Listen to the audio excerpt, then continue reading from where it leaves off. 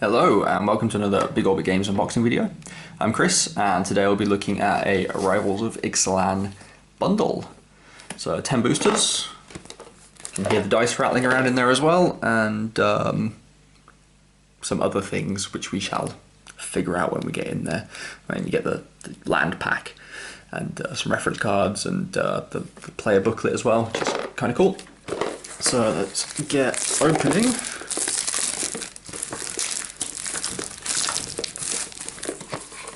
Or not. I have no idea how I managed to do that like that, but okay, it's off. So that slides out, and we have our player booklet in there. Let's move these out of the way. So the player booklet basically has a little bit of information about the set. So Rivals of Ixalan is the second set in the Ixalan block, and it is also the last set of blocks they're doing. So the last small set. Got all the different tribes, bit of info there. You got the stuff about the city and things like that. Got Angrath and I guess Huatli. Yep. So the two planeswalkers that are in the set. You got key cards, like 10 of the coolest cards. In Rivals of Ixalan, of course, they put the two planeswalkers at the top, and some of the elder dinosaurs as well, and the random legendary sphinx that's in here for some reason. Yeah, I mean, of all those, I actually really like Time Stream Navigator, and not only because it won me a game at pre-release with the extra turn, but it's just a fun card. And then you have your card list, so if you're a collector, you can tick them all off when you've got them. Very useful player guide. Let's put that over here. You have a random box, which is actually fairly useful for storage. And then you have the actual storage box, which nice Huatli artwork on there. And then we've got our 10 boosters. We've got our land pack. It's 80 just basic land in there. I don't think I really need to open that. I may as well actually in a minute. Then we've got our spin down with the Rix emblem on there. And our quick reference guide, which, as always, I shall open up. And I love these things when teaching new players. You just have that out on the table and they can refer to it to see what they can do during their turn. Also shows you how to tap for mana and things like that, which, as a new player, it is useful to know that sort of thing. Let's get some of this stuff out of the way, and let's open the land pack first. I am just curious to know whether it is just literally the boring land or if it's some more exciting land than normal. Oh god, they did it like this again. I hate it when they do this. So it's like one of each in a set, not even in color order, because it should be like that. So wrong color order for a start, and yeah, and then just like one of each. One of each, one of each, one of each, all the way back. Yeah, I mean, like, the artwork's really nice on them.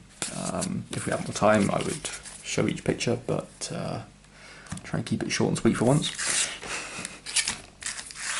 Alright, let's just get cracking with these packs.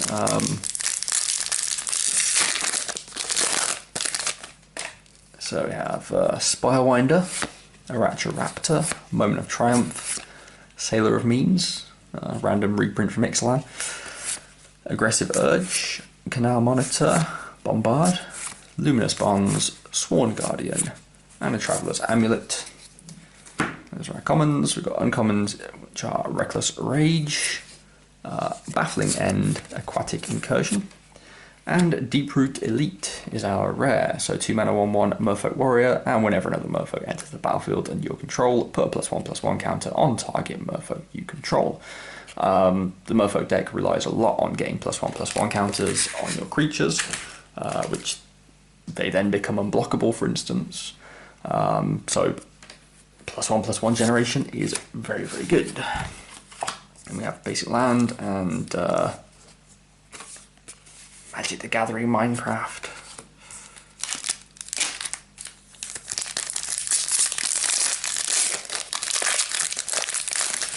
And look, it's the same card on top again. Brazen Freebooter, Divine Verdict, River Data, Hunt the Weak, Vampire Revenant, Luminous Bonds, Sworn Guardian, and the Traveller's Amulet. Then Cherished Hatchling, the card that no one wants to block, because not just because he's cute, because that is quite cute. Look at that little face. But because if your opponent's got mana up and you block this guy, they're just gonna flash in their dinosaurs basically. Relentless Raptor, like this. Pride of Conquerors. We've got Arch of Aracha. So it's a land. Strangely not a legendary land, so there is more than one Arch of Aracha. It has Ascend, so if you control 10 or more permanents, you get the City's Blessing for the rest of the game. Let me just check if, well, look at that. Yeah, City's Blessing. So if at any point you control 10 or more permanents, you gain the City's Blessing for the rest of the game. So it's fairly easy to do. You can tap it to add colourless to your mana pool, or pay 5 and tap it to draw a card, and activate this ability only if you have the City's Blessing. So late game, this can be a mana sink and card draw. Otherwise, it's just tap for colourless. Not too bad. That pile. Then we have a Foil Jade Bearer. Why is the Foil Bearer not there? Strange. Yeah, Foil Jade Bearer. Not much else to say about that, really. Other than it's a 1-drop that you don't want to play on turn 1. Suncrested Pterodon, Riverdata, Goblin Trailblazer, Legion Conquistador, Vampire Revenant, Impale, Evolving Wilds, Buccaneers, Bravado, and Bombard. Then we've got Thunderherd Migration, Slippery Scoundrel, Cacaphodon, and Sphinx's Decree. If you want to play like blue-white control. 2 mana sorcery, each opponent can't cast instant or sorcery spells during that player's next turn. Not very nice. Curious Obsession is a foil. 1-drop enchantment, and enchanted creature gets +1/+1 and has, whenever this creature deals combat damage to a player, you may draw a card. I like the fact that it says may. A lot of those effects are just draw a card. So the option is actually quite cool. That does look really nice in foil as well. I don't know if you can quite see that. But yeah. 3 packs, 2 foils.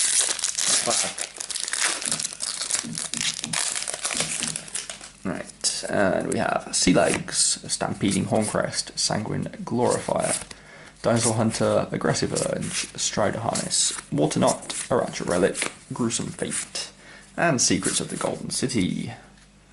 And then we have Forerunner of the Legion. So there are Forerunners for each of the tribes. And this is the Vampire one. So 3 mana, 2/2. And when it enters, you tutor for a Vampire card. So it's Vampiric Tutor. Yeah, sorry about that.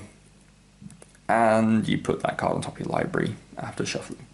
And whenever another vampire enters the battlefield and your control, target creature gets +1/+1 until end of turn. That effect is fairly weak, but the other Forerunners have worse stats to mana ratio, but they have better effects. So, yeah. At 3 mana, this one's pretty cool. The fact that you can search for like your 4 mana legendary vampire, which I've forgotten her name from this set. I mean, it's probably, well, it's definitely in this book somewhere, but I'm not going to look it up. But you can search for your 4 mana vampire, draw it on the following turn, and play it. So it's pretty cool. Direfleet Netbreaker, nice pirate card, Pirate's Pillage, And Nezahal, Primal Hunger. Primal Tide, sorry. Primal Hunger is a different one. 7 mana, 7/7 for an Elder Dinosaur, and he can't be countered, and you have no maximum hand size, and whenever an opponent casts a non-creature spell, draw a card. Just for that alone, it's really good. It's a commander card, more than standard or any other format, or it's a bomb in limited, but definitely a commander card. And you can discard 3 cards, exile Nezahal, and return him to the battlefield at the beginning of the next end step. So, yeah, if he gets targeted, you just ditch like 3 cards and bring him back. So, pretty cool. But yeah, certainly a commander card.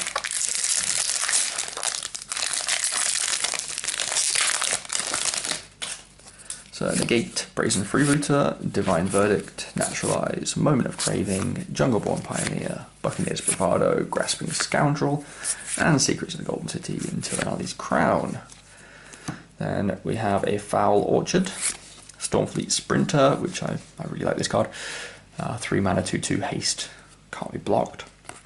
In my favourite colours. Shake the Foundations, and what is going on here? Like, these packs are all messed up. Like, the foils always come after the land, or at least they have in all of the other packs I've opened for this set, except in the bundle. And now I'm getting a flip card marker where the rare should be, and the rare is where the flip marker should be. Makes no sense. As long as all the cards are in the pack, I suppose it's all good. So then we got a Golden Guardian as our rare. It's a 4 mana, 4/4 defender. You can pay 2, and he fights another creature you control. When he dies this turn, return it to the battlefield transformed under your control. So the idea is, well, yeah, you just fight your own stuff, possibly trigger Enrage if you've got like a, I don't know, 6/6 or something. Yeah. Mostly you're just going to end up killing off something of your own to kill off this, to then flip it into this, which is Gold Forward Garrison. You can tap it to add 2 mana of any one colour to your mana pool, which is an awesome ability. And then you can pay 4 and create a Golem token. So, yeah, I mean, it's not that good. I'm just going to put it down and open a new pack. You may see it in Commander, but to get 1 4/4 Golem, you have to sink 10 mana into it. And you already had a 4/4 Golem by paying 4. So it just, yeah, whatever. Moment of Triumph, Crashing Tide, Raptor, Aggressive Urge, Canal Monitor. I found that the commons, like, you see doubles of them all the time. Dark Inquiry, Solar Rapids, Martyr of Dusk, and Sworn Guardian. Like, more so than other sets, I've noticed. Like, there's a lot of duplication. So there's probably a lot of commons I haven't seen yet, because I just haven't opened the right packs. So our uncommons are Imperial Ceratops, Into the Unknown, Swift Warden, and now we've got Primal Hunger. So Kalta Primal Hunger, 12 mana, 12/12 for an Elder Dinosaur, and he costs X less to cast, where X is the total power of creatures you control, and he has Trample, as if that 12/12 stat line wasn't bad enough for your opponent. So ideally, you want to play a 1-drop into 2-drop into 3-drop into 4-drop into turn 5 Galta, without any of your stuff dying. In reality, you're probably going to cast him on turn 7 or 8 after you've cast like a 5/5 the turn before, or have 5/5 worth of stats on the board or something. So he's still really good because it's 12/12 for like 7 or 8, but it is going to be quite slow still. I don't think there's a really guaranteed fast way to get him out, but it's a good card. I'm not saying it's a bad card or anything. It's just not going to be fast enough, probably, in the current climate. For Commander, though. Commander, Jesus, that's... You're going to see a lot of 12-12s on the field, put it that way. Go straight in a green deck. Fanatical Firebrand, Suncrested Pterodon, Fathom Fleet Border, Arachiphil Rack, Moment of Craving, Deadeye Recall, Shatter, Gleaming Barrier, and Exultant Skymarcher. Then we've got Forsaken Sanctuary, Charging Tuscadon, Arterial Flow, and Tetzamok. Nice. So another Elder Dino. That means we've had 3 of the 5? We've had Galta, we've had Nezahal. So yeah, there's the white and the red one that we haven't seen. So Tetzamok, 6 mana, 6/6 with Death Touch. Weirdly relevant, I think. You can pay 1 and reveal Tetzamok from your hand and put a prey counter on target creature. You can activate it only during your turn, though. When it enters the battlefield, destroy each creature your opponents control with a prey counter on it.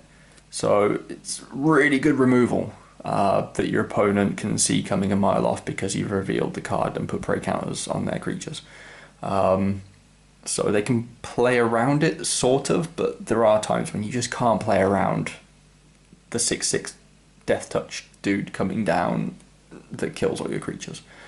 So yeah, again, Commander, you'll see it in Commander. Maybe in other constructed formats as well, who knows.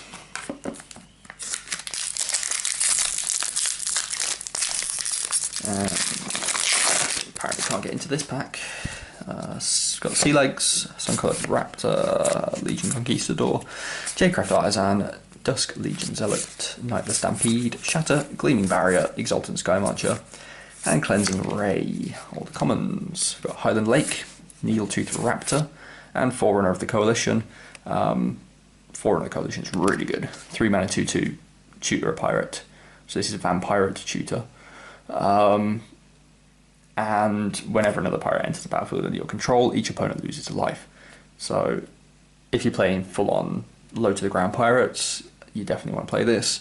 Even if you're playing like a combo pirate deck, just tutoring a pirate to the top is great. Like, shoot your hostage taker to the top, and then steal their stuff. I love the Forerunner cards. Again, the flip card in the wrong place in the pack. Profane Procession. Another excellent card. So this is 3 mana for a legendary enchantment. You can pay 5, exile target creature, then if there are 3 or more cards exiled with Profane Procession, transform it. And it transforms into the Tomb of the Dusk Rose. So legendary land, tap to add a mana of any colour to your pool, or tap it and pay 4 to start playing the stuff you exiled. It's just so good. Repeated exile is just really, really good. Also, you can bounce this back to your hand and the cards still remain exiled. Yeah. You can't then play those particular cards, but you can play the ones you exile after that. But it's just the fact that they stay exiled, they don't come back. It's awesome. I love it. Good card. I mean, please correct me if I'm wrong with that. It may have been like FAQ'd on Gatherer or something that it should read until end of turn, until it leaves the battlefield. But then again, it exiles itself, so it could never say that because it automatically leaves the battlefield to come back as the flip. So yeah, they couldn't have that on there. Anyway, Crouching Tide, Stampeding Horncrest, Sun Sentinel, Naturalize, Dust Legion, Zealot, Hardy Veteran, Cleansing Ray, Secrets of the Golden City, Aracha Relic, Grasping Scoundrel, Riverwise Augur, Merfolk Mistbinder, possibly the best Merfolk card in the set. I mean, other Merfolk you control get +1/+1 for 2, and it's a 2/2, and it has the Merfolk tag, and it's just everything about this card is amazing for Merfolk. You will be seeing playsets of these in any Merfolk deck, and the Merfolk deck may actually be pretty good this time around. They've had some good stuff added in, as well as what was in Ixalan. So I mean, who knows? There might be some aggro-y blue-green decks. Aquatic Incursion and Temple Altasaur is our rare. So 5 mana, 3/4. If a source would deal damage to another dinosaur you control, prevent all but one of that damage. Get 2 of them out, and your stuff can only be incrementally bumped down by 1.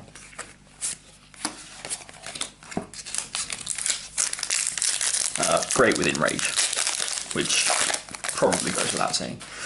And the last pack, we've got Sun Sentinel, Mistcloaked Herald, Goblin Trailblazer, Dust Legion Zealot. I've seen so many of these packs. Excuse me. Hardy Veteran, Dinosaur Hunter, Deadeye, Rig Hauler, Mutiny, Cleansing Ray, Aracha Relic. So many of those as well. And then Sea Red,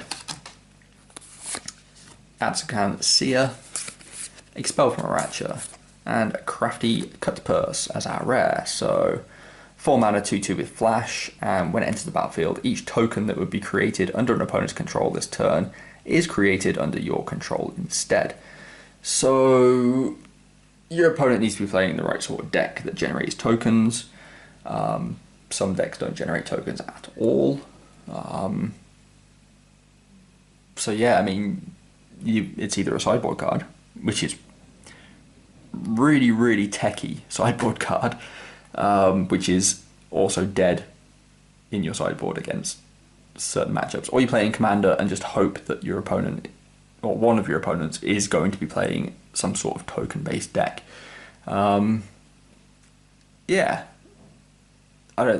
it's not going to see that much play, I don't think. It may, who knows. But it's far too techy and far too specific. One of the only things it really hits in this format very reliably is Treasure. And even then, there's quite a few decks that just don't bother playing Treasure, like generation stuff. But yeah, so those were our 10 packs. We've got our land pack as well. Pretty good value, I think. We didn't get any mythics, I don't think, but we got some solid rares. And we've got the Deep Root Elite. We've got the Profane Procession. We've got Tetzimok, Galta, Nezahal, and the Sphinx's Decree. So those are all solid cards. Some of the uncommons are probably like worthwhile, like the Mistbinder. Like those are just gonna be high value for a while. We saw it with some of the uncommon Merfolk stuff in Ixalan. The prices were just ridiculous. The Forerunner of the Coalition as well, those are probably going to be fairly expensive. Yeah, I mean, it's all in the uncommons, all the value. It's crazy. Anyway, hopefully you enjoyed the video. Remember, you can buy and sell all of the cards that you've seen in this video, as well as the entire Rivals of Ixalan set and all the other Magic sets that have come out so far on our website, bigorbitcards.co.uk. Please feel free to give us a like and subscribe to the channel. Keep updated with future videos. And again, thank you for watching. We'll see you again soon. Bye bye.